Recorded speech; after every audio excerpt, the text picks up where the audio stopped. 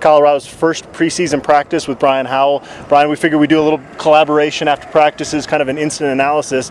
It's You've crazy. done it on the podcast before, might as well do it on this, right? Right. Such a quiet offseason for the CU football program. And then the first practice, right outside the practice gates by the Boulder Creek, there's a lady that apparently had a knife, and the police had to basically yell at her, guns drawn, and they arrest her. Kind of a crazy non-football related story on day one. Yeah, kind of a crazy scene right as football practice is getting let out, and we're getting ready to interview guys, and they're having to hold the team back and watch this incident kind of play out. It was crazy. I've never seen anything like that happen live before, and to have it happen, like you said, after such a quiet off season right here, it's like, okay, well, football practice is in full swing now. Speaking of quiet, it feels like there's a quiet confidence within this program. Obviously, outside expectations are low. I think Phil Steele is really the only preseason publication that gives them much of a chance in the South. Yeah. Have you sensed that as well? Yeah, definitely. I mean, I think that's what I've liked about this team is that it has been a quiet offseason, and every time I talk to players, there is this quiet confidence that last year they know didn't go well, and they know there was mistakes that and things they didn't do well last year. But I feel like there's not this arrogance or anything. It's just kind of like, you know what, we kind of know what we need to do, and let's just go out and do it. And I've liked that. I mean, talking to Nick Fisher today, Montez and Gamboa last week at Media Day, and guys throughout the summer and even in the spring, I've liked that. I mean, I just think there's a better attitude about this team than there was last year.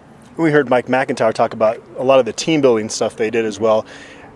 Sometimes I think you look at the physical attributes of these guys and you forget about really the intangibles, and that was clearly an issue on last year's team. Yeah, it was, and I gotta say, McIntyre is saying that stuff, and he told me those things when I met with him in June. That's one of the most positive signs I see out of this offseason was that McIntyre, because fans blast him a lot of times that he seems to not take ownership of some things that happen. But I liked when he was telling me this in June that, hey, I looked back and saw things I could have done better.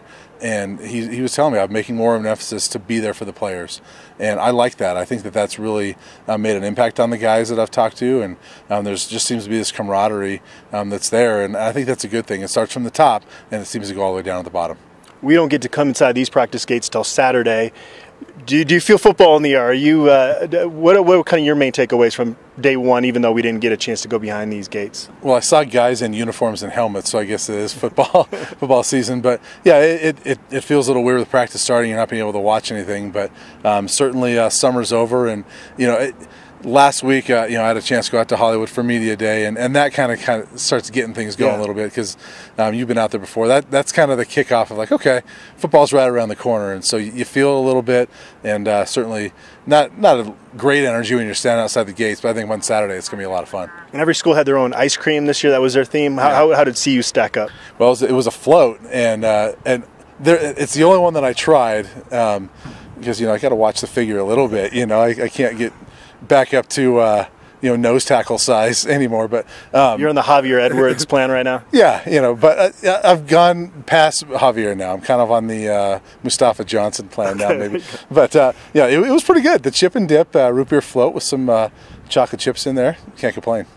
All right, well, we could talk forever. A lot of storylines to watch throughout the course of August, but we got 24 more practices, so we should probably hold off until then. We'll be back after practice number 2.